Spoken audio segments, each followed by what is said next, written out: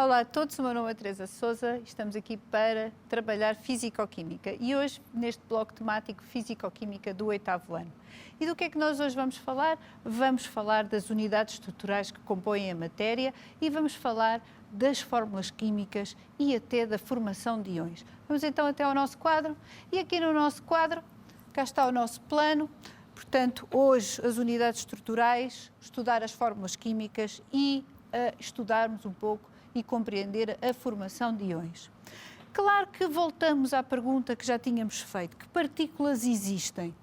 Ora, todos nós sabemos que a matéria pode ser constituída por átomos, já ouviram falar, vamos tentar aqui mudar a cor, portanto, a matéria é constituída por átomos. E os átomos são as mais pequenas partículas que vão representar um elemento. Temos aqui um conjunto de esferas criadas num vulgar programa, num programa de desenho em 3D, o Paint 3D, e vamos criar os nossos modelos de átomos. Para isso, eu vou escolher, por exemplo, o símbolo químico do cloro e vou escolher esta esfera que aqui está mais amarelada para o cloro.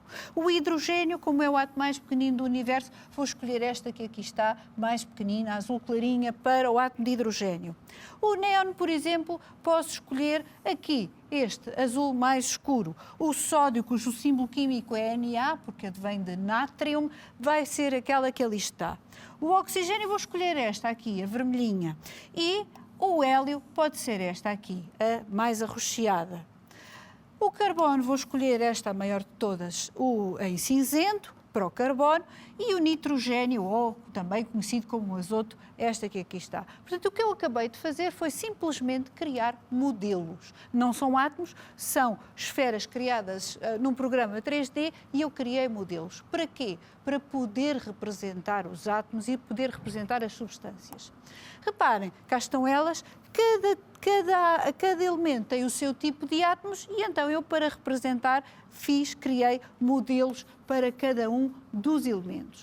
Vamos então pensar, há substâncias que são chamadas as substâncias elementares. O que isso quer dizer? Quer dizer que apresentam um único elemento, portanto, apresentam um só elemento. E temos como exemplo de uma substância elementar o gás hélio. O hélio, que vocês de certeza conhecem, é um gás que existe na forma atómica e é muito conhecido porque é utilizado no enchimento dos balões das crianças, porque ele é mais leve que o ar, sobe e, portanto, torna o balão mais engraçado. O hélio são átomos muito, muito estáveis. Isso quer dizer que não reagem. Portanto, se eu tiver um recipiente com átomos de hélio, como é o caso daqueles balões, lá dentro eu tenho os átomos não riscados, vamos aqui acionar, os átomos estão livres e não estão ligados uns aos outros. Portanto, já agora vamos pôr aqui o que está cá fora. Portanto, tenho um recipiente com átomos de hélio. Como é que eu vou representar este elemento? Como é que eu vou representar esta substância elementar atómica? Eu vou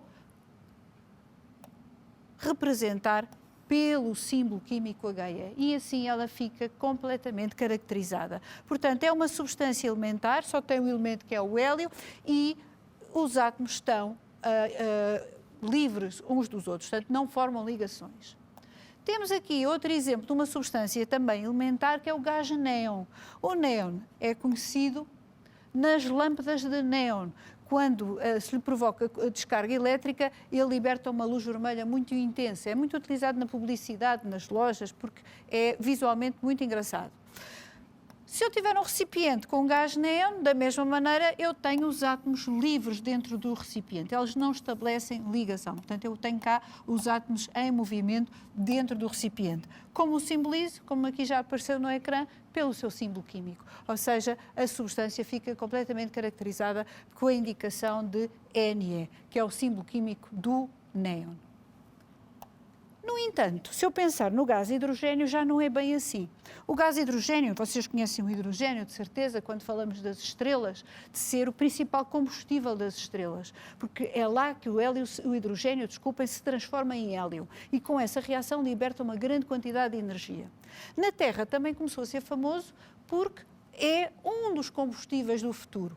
É o hidrogênio, mas ele não aparece na forma atómica, ele aparece reunido, 2 a 2, em conjuntos. E a esses conjuntos nós chamamos as moléculas. E como eu vos estava a dizer, esta molécula está a ter um papel muito importante ao nível do procurar combustíveis para o futuro. Porquê? Porque o hidrogênio reage com o oxigênio formando água e daí ser considerado um combustível limpo. Tem alguma perigosidade porque ele é muito inflamável, mas é um combustível limpo. Como repararam, é um conjunto de 2 átomos ligados e a esse conjunto nós chamamos uma molécula. Vamos então ver aqui um recipiente com moléculas de gás hidrogênio. Como podem ver, elas andam sempre 2 átomos ligados. Portanto, não estão os átomos isolados como nas substâncias anteriores, mas estão 2 a 2. E a cada conjunto de 2 chamamos uma molécula. Fórmula química, temos que dar essa indicação. Temos que dizer que se trata de hidrogênio e que os átomos andam 2 a 2. E então colocamos à direita e em baixo o índice 2, para referir que H2 é uma substância constituída por moléculas com 2 átomos ligados cada uma. Outro exemplo de uma substância elementar, esta também é a vossa conhecida, o gás oxigênio, é aquele que nós respiramos. Ora, o gás oxigênio também não é um átomo sozinho, mas é, só tirar aqui o risquinho, é uma molécula com 2 átomos de oxigênio que se ligam um ao outro, formando uma molécula diatómica, dizemos nós. Reparem, um recipiente com oxigênio tem várias moléculas, não tem só 3, isto é só um esquema representativo, mas tem várias moléculas e cada uma tem 2 átomos de oxigênio ligados. A sua fórmula química tem que espelhar isto. Então será, como vocês de certeza já responderam, O2. E eu assim tenho indicação de que a molécula tem 2 átomos de oxigênio ligados. Outra substância que também só tem oxigênio, também é uma substância pura elementar, mas que não é o oxigênio que nós respiramos, é o ozono. O ozono, ao contrário do oxigênio, ao contrário, no sentido em que não vai ter a mesma fórmula, mas também só tem oxigênio, como eu vos disse. Reparem, ao contrário do gás que nós respiramos, não tem 2 átomos, mas tem 3 átomos ligados. Esta é a molécula do gás ozono. Ora, o gás ozono não é muito bom, não é muito bom para respirar, não deve ser respirado, mas em termos do nosso planeta ele é muito útil. E vocês de certeza que já ouviram falar da camada de ozono. A camada de ozono é uma camada na zona da estratosfera que dificulta, impede a chegada dos raios ultravioletas à superfície e por isso protege a vida. É uma camada que deve ser protegida e daí termos que ter os cuidados ambientais de evitar a sua destruição ao nível da estratosfera. Claro, um recipiente com moléculas de gás ozono, cá estão elas, portanto seriam moléculas que eu vou representar, logicamente, por O3. Portanto, é uma molécula em que estão ligados 3 átomos de oxigênio. Estivemos a ver substâncias elementares, então e agora substâncias que não tenham só um elemento, tenham 2 ou mais elementos, como é o caso das substâncias compostas. Como é? Vamos ver. Portanto, substâncias compostas são substâncias que têm sempre 2 ou mais elementos. O caso mais normal de nós falarmos, a água. A água apresenta 2 elementos, o oxigênio e o hidrogênio. E a molécula, eu faço sempre o risquinho primeiro, vocês não se vão zangar, têm que desativar a caneta e, portanto, colocando aqui, esta é a molécula da água. É um átomo de oxigênio que está ligado a 2 átomos de hidrogênio. Portanto, eu tenho aqui 2 informações. Que tipo de átomos? Um elemento o oxigênio e o outro o hidrogênio. E ainda a proporção. Portanto, claro que a água, para nós, não é novidade. Portanto, temos ali um exemplo de uma amostra de água líquida. No nosso planeta, nós temos água nos 3 estados, líquida, gasosa e sólida. E a diferença é que as moléculas depois vão se organizar de forma diferente em cada um dos estados, como nós vimos no bloco anterior.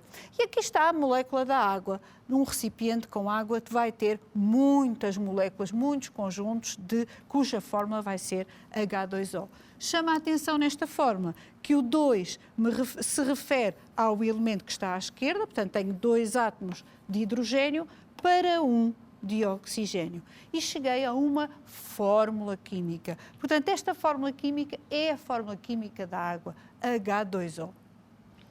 Outro exemplo de substância composta que vocês conhecem muito bem, aquela que nós libertamos na respiração, o dióxido de carbono, e que também é muito problemático em termos de ser um poluente da nossa atmosfera. Devido à atividade humana e às grandes combustões, uma grande quantidade de dióxido de carbono é libertada para a atmosfera. E isso causa um efeito que é como se fosse um vidro que permite a entrada da radiação solar, mas depois o calor não sai. E esse efeito é conhecido como o efeito de estufa. Portanto, o excesso de dióxido de carbono na atmosfera é muito problemático. Como é que é a nossa molécula? Ora, o dióxido de carbono tem 2 átomos de oxigênio que se ligam a um de carbono. E cá está um recipiente com dióxido de carbono em esquema. Portanto, temos aqui 2 moléculas, cada uma com o seu carbono e os 2 oxigénios. Claro está, como será a fórmula? Simples, um carbono, C, 2 oxigénios, O2. E cá está a fórmula, a famosa fórmula do dióxido de carbono, ou CO2. Portanto, temos aqui a fórmula química. Outro composto muito importante é o amoníaco. O amoníaco apresenta um átomo de nitrogênio, ou azoto, e aqui, ligado a ele, 3 átomos de hidrogênio. Portanto, temos aqui os 3 átomos de hidrogênio ligados. Claro que vocês já estão a ver qual é a fórmula. Mas antes de irmos à fórmula, chamar-vos bem a atenção. 2 grandes informações que nós temos aqui nesta molécula. Temos uma informação do ponto de vista qualitativo. Que elementos estão cá? O nitrogênio e o hidrogênio. E ainda temos uma informação quantitativa, a proporção de átomos. Tenho um átomo de nitrogênio para 3 átomos de hidrogênio. Ora, claro, super fácil a forma, NH3. E esta substância é conhecida como o amoníaco e é muito importante porque ela é matéria-prima para indústrias como a indústria dos detergentes e também para a indústria dos fertilizantes. Portanto, tem um papel muito importante no desenvolvimento da agricultura de um país. Ora, depois de termos visto, aqui temos estado a falar um pouco sobre moléculas, vamos ver este pequenino vídeo precisamente sobre estas estruturas. Eu vou só aqui diminuir para chegar ao vídeo. Então vamos a isto. As moléculas. Na natureza, podemos encontrar átomos isolados, mas habitualmente estes encontram-se ligados a outros átomos. Quando 2 ou mais átomos se ligam quimicamente, forma-se uma molécula. As moléculas são, tal como os átomos, unidades estruturais da matéria, podendo ser muito variadas. Estas podem ser constituídas por uma elevada quantidade de átomos, mas, tal como estes, são sempre eletricamente neutras. Os átomos podem ser representados por símbolos químicos. E as moléculas? Como poderão estas ser representadas? Tal como os átomos se juntam para formarem moléculas, os símbolos químicos também se podem juntar, originando fórmulas químicas. Por exemplo, a molécula de monóxido de carbono, CO, resulta da combinação de um átomo de carbono com um átomo de oxigênio. No entanto, como poderemos representar 2 átomos do mesmo elemento que se ligam para formarem uma molécula? Neste caso, não se deve repetir a escrita do símbolo químico. A fórmula química desta molécula é O2. O símbolo químico deve estar representado uma só vez e em índice coloca-se o respectivo número de átomos. Neste caso, 2 átomos de oxigênio. Vejamos a molécula de água que resulta da ligação de 2 átomos de hidrogênio a um átomo de oxigênio. A sua fórmula química é H2O. Como temos 2 átomos de hidrogênio, deve-se acrescentar o número 2 em índice, a seguir ao seu símbolo químico. No caso do oxigênio, como temos apenas um átomo, não é necessário acrescentar qualquer número. As fórmulas químicas indicam-nos, portanto, a respectiva composição qualitativa e quantitativa de cada molécula. Qualitativa, porque nos indicam os diferentes átomos que constituem cada molécula, e quantitativa, porque nos indicam o número de átomos de cada elemento químico presente.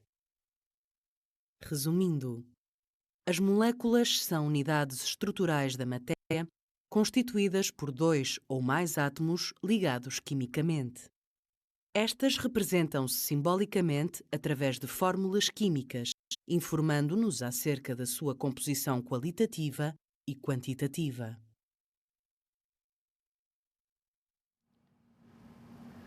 Ora, estivemos então a ver aqui algumas informações sobre as moléculas e as respectivas fórmulas químicas.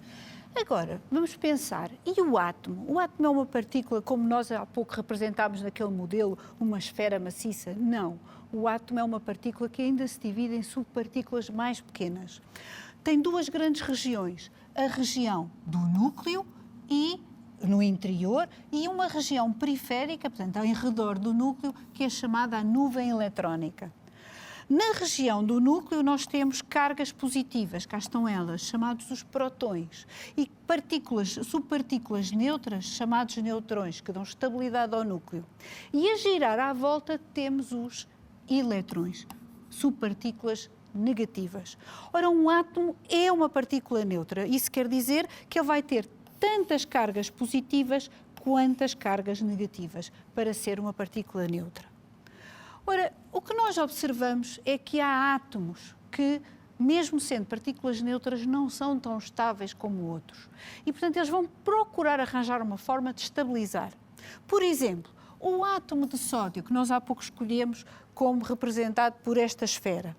Na realidade, o átomo de sódio tem 11 prótons no núcleo e 11 eletrões cá fora. Também tem neutrões, mas agora vou prender a minha atenção nas cargas positivas e nas cargas negativas. Aqui está representado um átomo, porque tem igual número de cargas positivas e negativas. No entanto, o que se verifica é que o átomo de sódio não é estável, mas consegue estabilizar se der um eletrão, se ceder um eletrão. Repare, ele tinha 11, se ele cede um eletrão, o eletrão vai-se embora e ele agora já não é átomo. Ele passou a ter no seu núcleo 11 cargas positivas e cá fora, na nuvem eletrónica, apenas 10 eletrões. O que significa que se eu fizesse aqui um balanço, 11 cargas positivas, aqui um positivo, e 10 negativas, eu não tenho uma partícula neutra, eu tenho uma carga positiva a mais. Então eu deixei de ter um átomo, passei a ter um íon que tem carga positiva a mais, um íon positivo ou cátion. E neste caso é chamado o íon de sódio, o íon sódio. Pensemos noutro átomo, o caso do átomo de cloro. O cloro tem no seu interior 17 prótons e na nuvem eletrónica tem 17 eletrões, portanto, como o átomo está neutro, mas não é estável. Ora, o que isso quer dizer? Que o que se observa é que o cloro estabiliza se aos seus 17 ele ganhar mais um eletrão. Portanto, ele tinha 17, ficavam aqui 17, e passou a ter mais um, passou a ter 18 eletrões. Ao ter 18, só vou pôr aqui a caneta um bocadinho maior para vocês verem melhor. Ao ter 18 eletrões, ficou com 17 cargas positivas no núcleo, que já lá estavam, e ganhou um eletrão. 18 eletrões. Reparem, neste momento, ganha uma carga negativa. Portanto, já não temos uma partícula neutra. Ora, quando isto acontece, então, o átomo deixou de se chamar átomo, passou a chamar-se íon. Um íon negativo. Um íon ou anião, portanto, uma partícula que não é neutra, que tem carga negativa. Neste caso, o cloro forma o íon cloreto. Portanto, o átomo dá origem ao íon cloreto pela captação de um eletrão.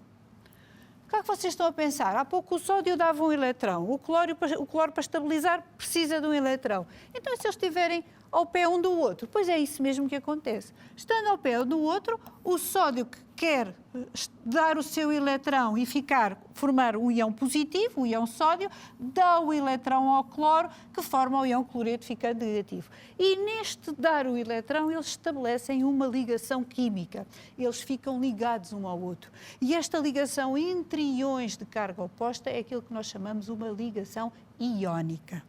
Ora, aqui a fórmula, só puxar um bocadinho aqui para baixo, a fórmula e o nome, a fórmula química desta substância, que na fórmula química representamos sempre o íon positivo primeiro, portanto aqui o íon positivo e depois o negativo, portanto os dois em conjunto continuam a ser uma substância neutra, porque um perdeu o eletrão, o outro ganhou, e o nome que se dá é o cloreto de sódio. O cloreto de sódio que vocês conhecem bem, é o vulgar sal de cozinha. Portanto, quando se fala no sal de cozinha, estamos a falar precisamente desta substância, do cloreto de sódio, que mais não é que um conjunto de íons positivos e íons negativos que estabelecem uma ligação.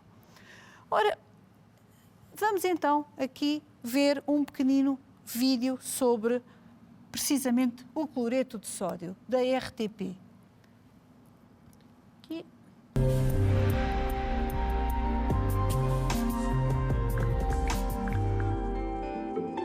Quando pensamos nos compostos químicos que contribuem para o nosso bem-estar, raramente nos lembramos do cloreto de sódio, o vulgar sal de cozinha.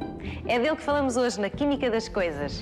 Na verdade, o sal é um dos compostos químicos há mais tempo utilizados pelo homem, pela sua capacidade de conservar alimentos, o que o tornou numa mercadoria de elevado valor. A conservação dos alimentos pelo sal é, aliás, uma das bases da nossa civilização, pois permitiu libertar o homem da dependência sazonal dos alimentos e armazenar durante o verão as reservas alimentares para o inverno. A adição de sal a um alimento desencadeia um processo de osmose, que faz com que a água passe de um ambiente com uma menor concentração de sal para um com maior concentração. Deste modo, o sal retira a água dos alimentos, inibindo o crescimento de micro-organismos. Estes micro-organismos, que causam o apodrecimento dos alimentos e produzem toxinas que afetam a nossa saúde, não sobrevivem num ambiente de elevada pressão osmótica. Isto é, num ambiente que lhes rouba a água por osmose. O cloreto de sódio é também um componente alimentar essencial no funcionamento do nosso organismo. A dissolução do sal origina íons sódio e íons cloreto, que estão presentes em todos os tecidos e fluidos do corpo humano, desempenhando funções muito diversificadas. Por exemplo, são essenciais para o equilíbrio osmótico entre fluidos celulares e extracelulares, garantem o equilíbrio entre íons positivos e negativos no organismo e têm um papel importantíssimo na transmissão de impulsos nervosos por todo o corpo. Consumido em excesso, o sal pode trazer-lhe complicações de saúde. Não ultrapasse a ingestão dos 6 gramas diários recomendados pela Organização Mundial de Saúde se quiser beneficiar da química do sal.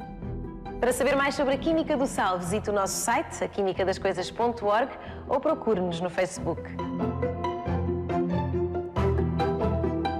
Ora, estivemos então a ver um pouco sobre a química do sal. Aqui só fechar o vídeo. Aqui, ora, cá está. Estivemos então a ver um pouco sobre a química do sal e os benefícios e os malefícios, portanto, uma substância que deve ser ingerida com todo o cuidado.